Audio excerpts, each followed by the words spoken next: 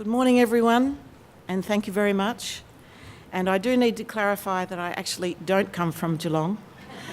I come from a long way away from Geelong, but I do work at a university who has its headquarters in Geelong at this point. And so this topic was provided to me, if I could put it that way. I was nominated to speak on this topic, which is around graduate employability, and the focus being how might Geelong be a case study? But I'm actually not going to speak very much about Geelong at all. I'm taking Geelong as a physical place, but it's also a metaphor for all the places we work in, because every higher education provider represented in the room, no matter if you're an old HEP, a new HEP, or whatever the new acronym might be, actually has a community to engage with.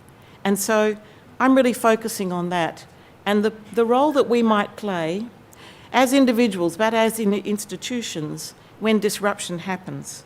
So I hope that's interesting to kick off our thinking this morning. And I'd like to reflect a little as well on all the ideas that were shared here yesterday and the discussions. So I'll make some references to those as we go. So there it is. For those of you who don't quite know where Geelong is, it's about there. So it's in Victoria, obviously, and it's a good hour and a half on a reasonable day to the south and to the east, and it's a large regional area. I'm very interested that Kerry Lee yesterday talked about her university's engagement with the Greater Western Sydney area, and she showed us a NAPLAN heat map. And I thought that was really compelling. I don't have one of those for Geelong, and I don't have one for Victoria, but I imagine, as she said, that around most of the capital cities in the country, we would have a similar story. So Deakin University is 40 years old this year, and its history is in being a distance education provider, and that story started at Warn Ponds, which is just out of Geelong, in this area. And it's also represented in many other communities today as well, and I'll talk about that a little bit later. It's true to say that traditional major industries in this area are certainly disrupted.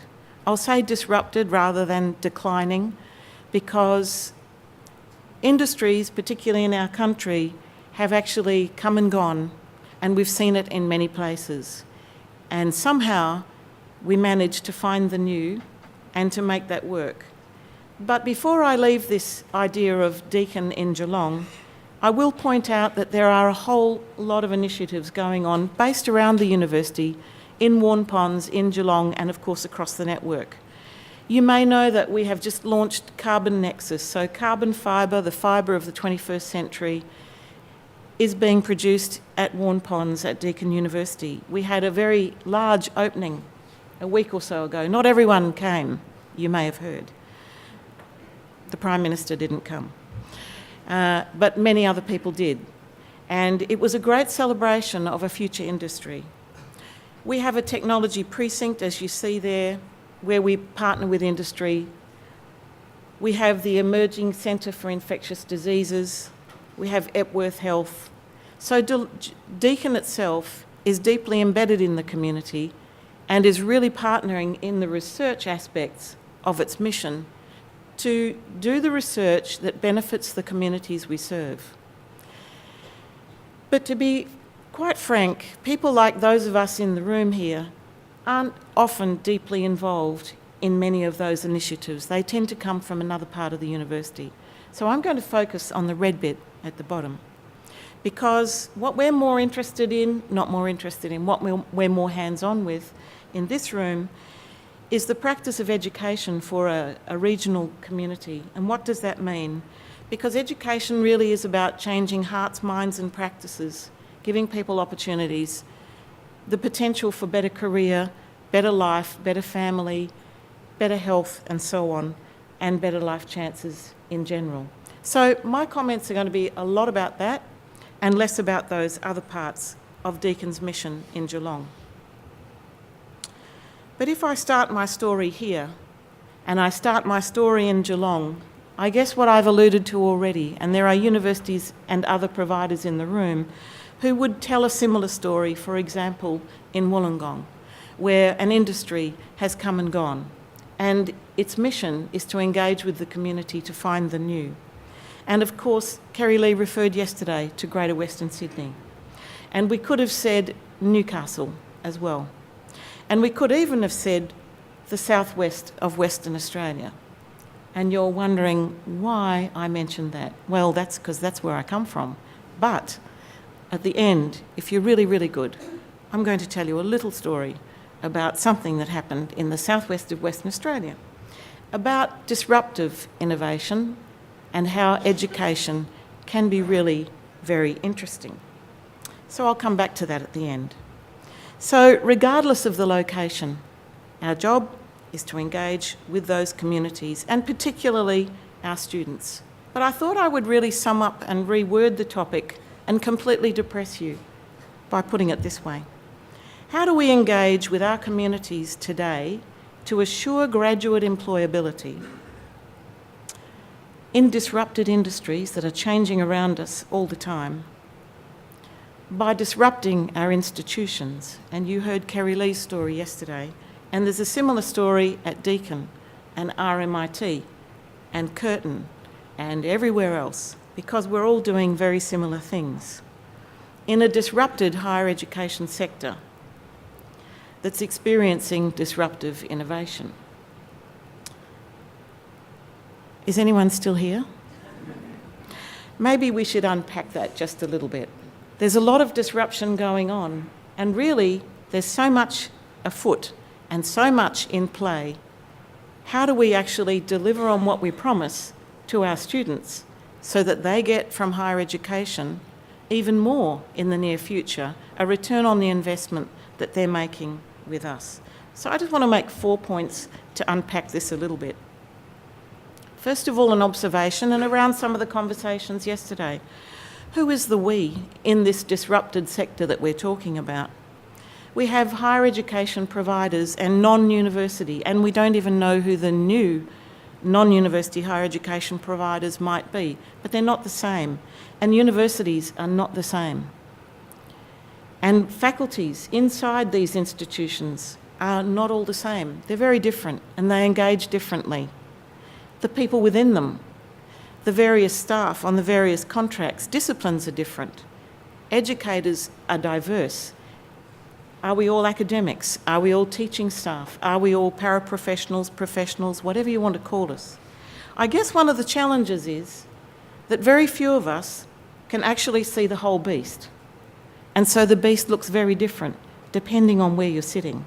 And sometimes our conversations are quite telling. I do remember just recently listening to someone from a university very different from my own who said, well, I hope we never lose that campus experience and students don't stop joining the debating club and the sports teams and so on. And I thought of my own university where 25% of the students elect never to come on a campus at all. And they're learning just fine. And I'm not saying it's a great thing that they're not in the debating club, but it shows us the thinking around what we think normal is in higher education and who the normal learner is. And so I think this is one of our challenges. So maybe we need to be very inclusive with our language and our thinking as we go forward. The topic of graduate employability, of course, is not easy, but I like to focus on this particular definition of Mance York's, where it's actually around not employment. That's something we can't guarantee.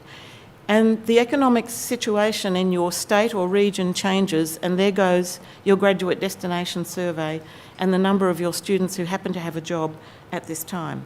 This is a more broad definition, and for me, it's the one that actually goes to the heart of what I think a lot of higher education is really all about. Because our students, in the main, do want to be gainfully employed, self-employed, or engaged in a community. But they also want to be of benefit to themselves, the workforce, the community, and the economy. But at the heart of it, of course, is all about making sure they have skills, understandings, and personal attributes. Some would even call those things competencies, or that we would need competent graduates. I have no problem whatsoever that we would want competent graduates, and I think competencies can be very high level, high order, complex, and so on. And so, of course, I'm pointing to those graduate attributes, learning outcomes, or whatever we call them, that we all have in our institutions. And we need to get, of course, extremely serious about delivering on that for this. But on to another bit of that definition. Disrupted industries. I happened to be looking at The Age on Sunday, and there was that story. And of course, there's something every week. Another big company has axed, and it's always an axe, and add the number after it, a number of jobs. And there goes a whole pile of families, and many of our own families who are affected. We know that very well. But of course, there's also those disruptive innovations. We do talk about MOOCs, but out in the rest of the community, the disruptive innovation happens very quickly. I also saw this on Sunday, where if you thought it was good to book a cab on the 13 Cabs app, that is so yesterday now, because you can get this one. You can go get others that actually go and hail a cab for you that happens to be in the area. And I know not all of us have mastered Google Maps yet. I don't know if David Sadler's in the room today. But if you think Google Maps are groovy, and they are, and it gives you 3 ways to get to places, that is also very yesterday. This company, Waze, was bought by Google because it was seen as such a threat. And that is, with this one, and you can use it now, it just doesn't just give you the route, it tells you live which one to pick because there's an accident down that way, because it's crowdsourcing from all the cars on the route on the way. So, you know, life is in our hands here, and we have these disruptive innovations which actually gut the technology before, and the business before, and the business before that, and the business before that. I actually heard about this in an oration from Paul Bassett last year, who discussed that Melways has gone through 7 iterations, including the Navman and all the other things that have come and gone in a very short time, like 10 years. All of those industries have come and gone and been gutted by this disruptive innovation. So I guess the question for us in the face of all these things is, and we're starting to say this more often, and I know we're certainly asking this question at my university, and I'm sure you are in your institution as well. What is our value proposition? What do we offer in this disrupted world, and we don't even know what we're preparing our students for? What are we going to offer them, and what are they going to have? And no matter where they are, for us it's Geelong, Burwood, Warrnambool, Warn Ponds, and significantly in the cloud. 25% of our students are somewhere in Australia or overseas, studying completely in the cloud. So this is how we're doing it, and I know a lot of us are doing similar things. But for me, it all comes down to this byline, which I think is actually very compelling.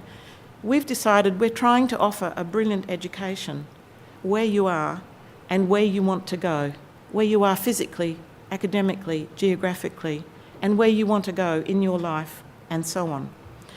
We're doing it by enhancing whole courses, and by that I mean degree programs, and I point to my wonderful colleagues directly there who are doing a lot of the work in this and supporting the faculties to do it.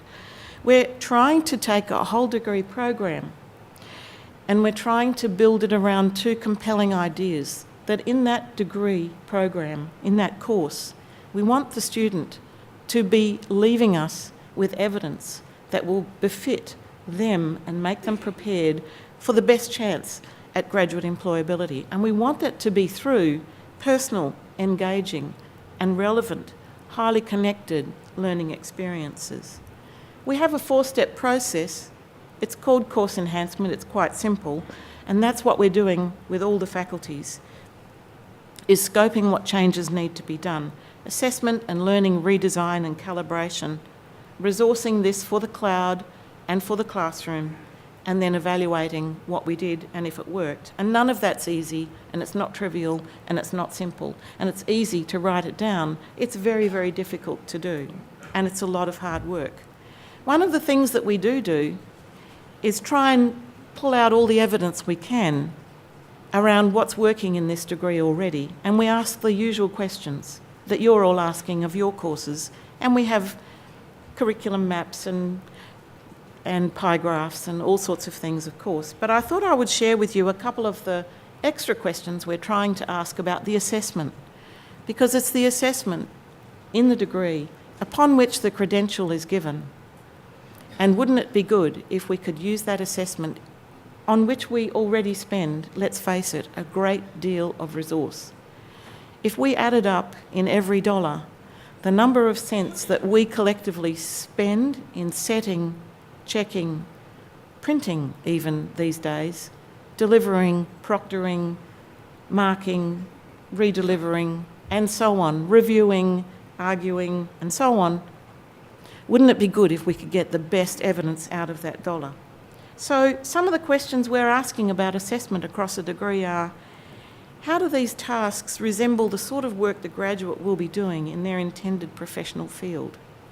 Now, that seems so obvious, but when it comes down to practice, we don't always do that very naturally. And how much of the assessment takes place in any sort of proximity to the industry to which you're intending to go? Do the assessment tasks enable evidence of student achievement that could be shared, for example, in an interview with a prospective employer?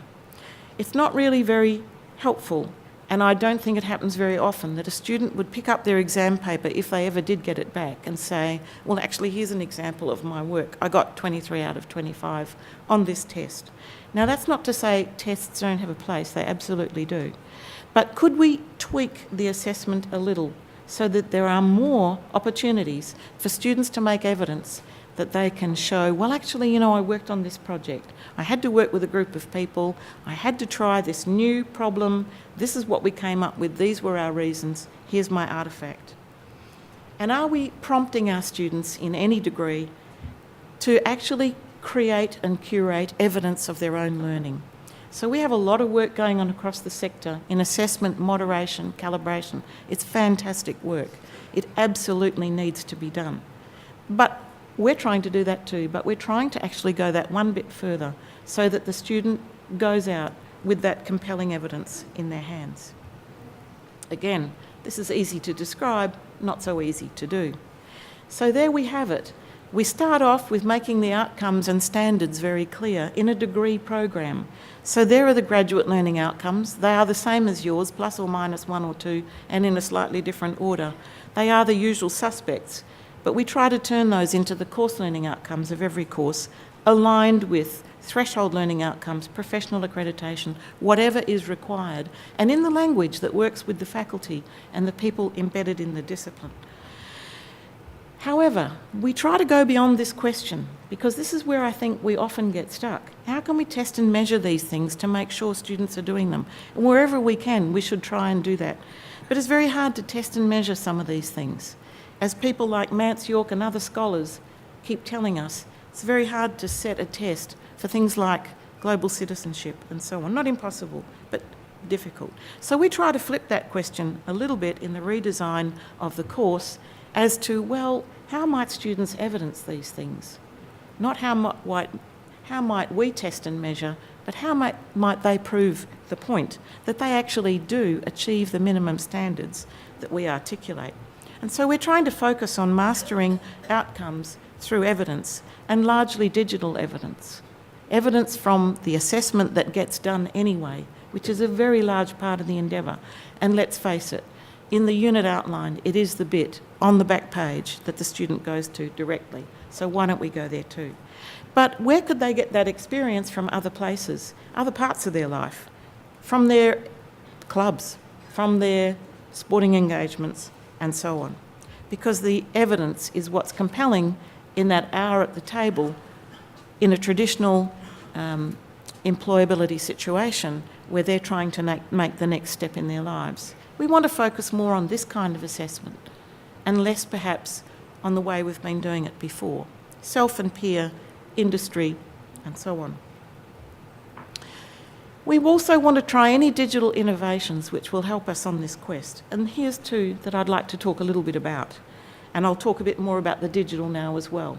Because the digital is all about really convenient connection, I think. Digital credentialing and portfolios. So I'll say a bit more about those as we go. We have said at Deakin that we want to be at the digital frontier, but let's calibrate that. We don't want to use the gadget for the sake of the gadget. We believe that if any tool, whatever it is, even a pencil or a gadget or a phone or a clicker or whatever it is, can solve a learning problem, then it deserves our attention. If it makes learning more effective, engaging, efficient, yep, if we can do it cheaply, more cheaply doing it that way, why would we not do that? And down lower cost and more accessible. And of course, in the cohort that I've described, accessibility as in people in the cloud is very, very important. Of course, we always know that 25% of our students enrol to study in the cloud. We make the assumption the other 75% are somewhere on a campus, and they're usually not. They're actually in the cloud as well. So they enrol that way, but they behave differently, and their expectations are different as well. So as Kerry Lee said yesterday, we are all living and working in a blended world. Here's an example of a blended world. That's your iPad in front of you. One of the ones that I use all the time, and it's changed my life, of course, is going to the bank. I no longer schlep down the road between the hours of 10 and 4 o'clock. Do you remember the days? And go and talk to a teller behind a glass window. No, I can move my money around, such as it is, and thanks for the encouraging words about uni super, Tim. We can move our money around 24/7 and so on. And it's really convenient and it's really groovy. That's the ANZ app, and it's really fantastic. And I love it. But the minute the ANZ or Uni Super or whoever it is loses my money and they lose my trust, I won't use that app anymore.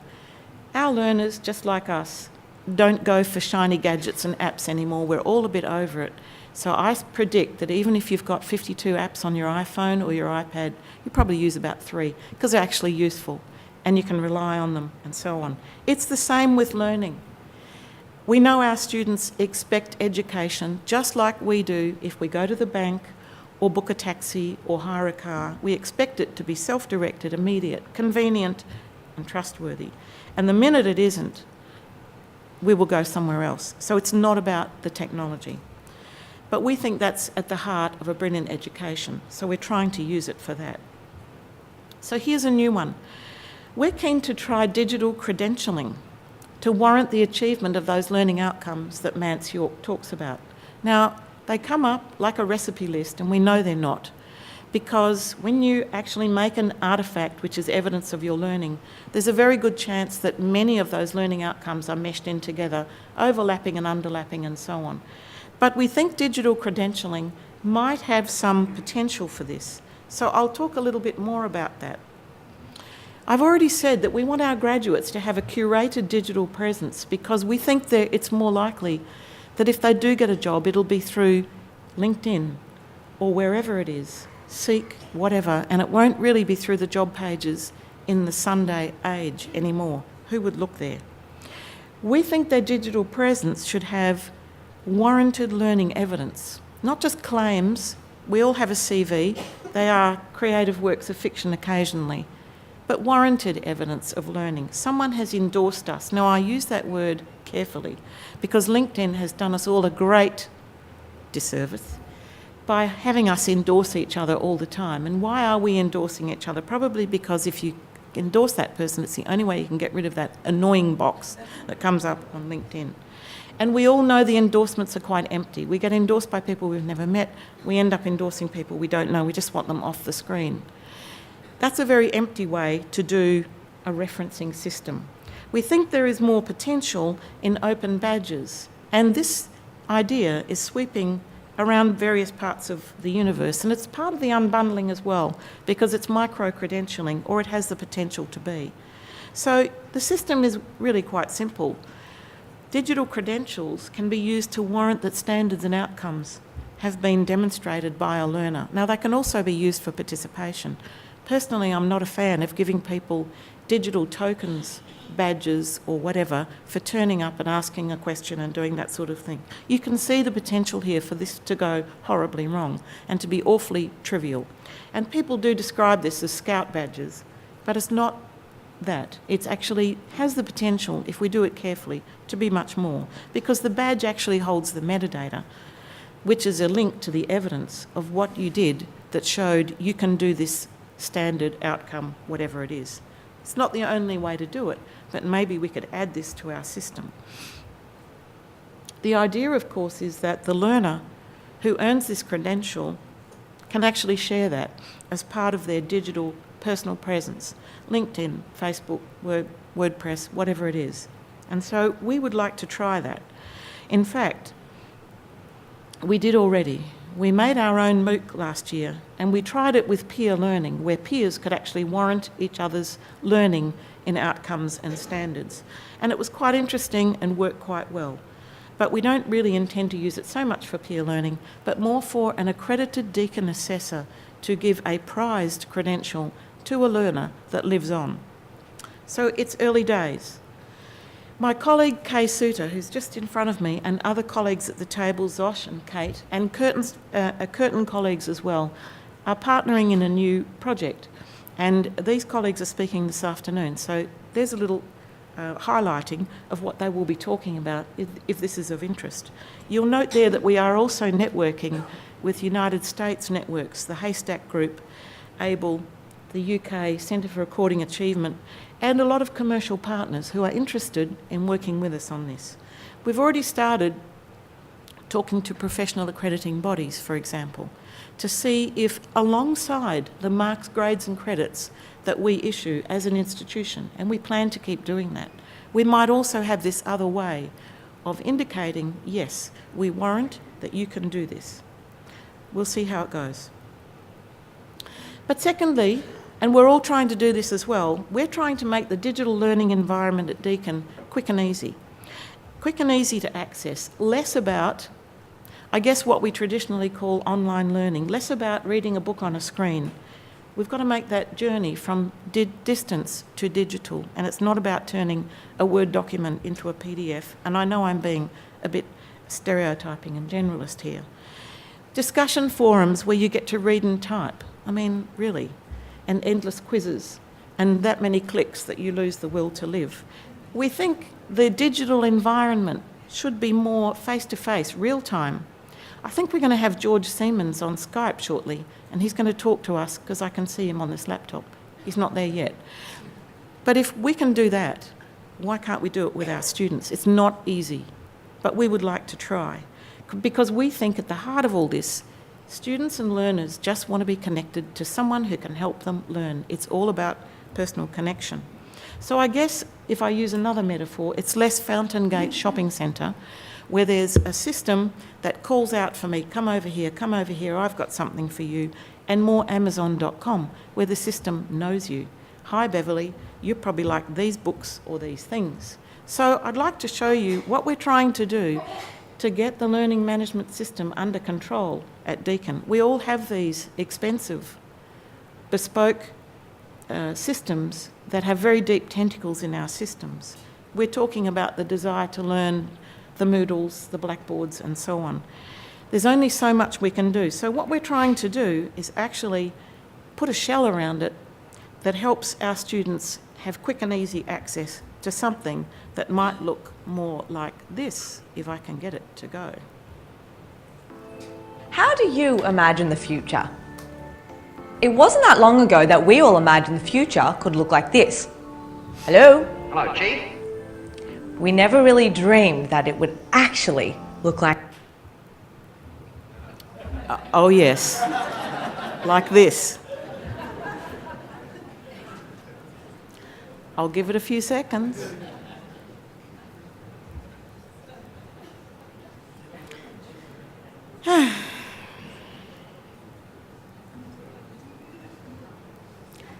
Okay, you can all laugh now.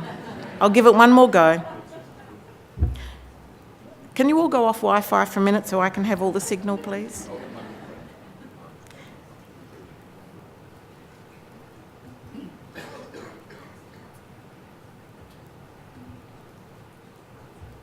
Play.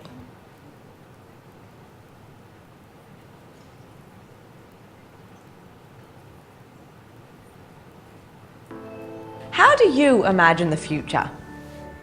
It wasn't that long ago that we all imagined the future could look like this. Hello? Hello, Chief.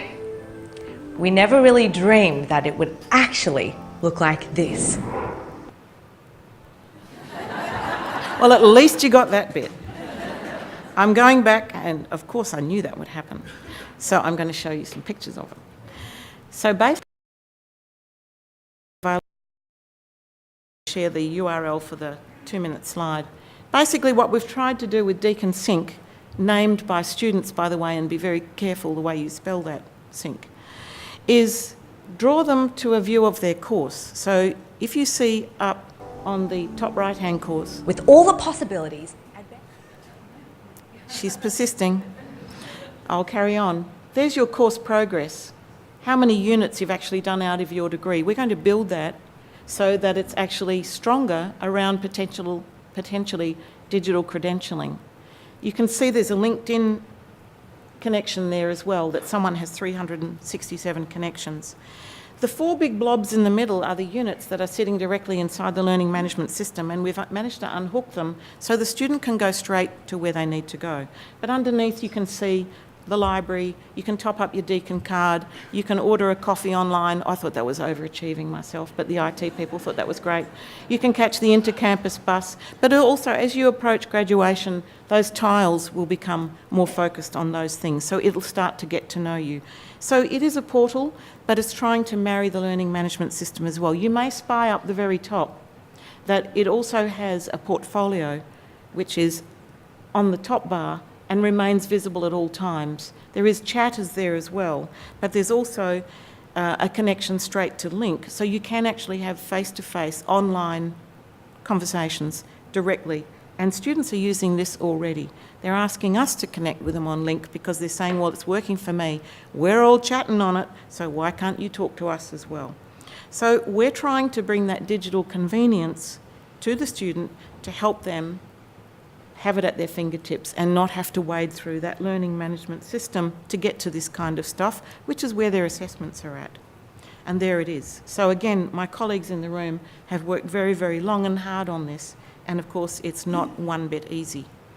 So moving on, some of the comments from yesterday, as you all think of your value proposition, just as we are, around graduate employability in its broadest sense.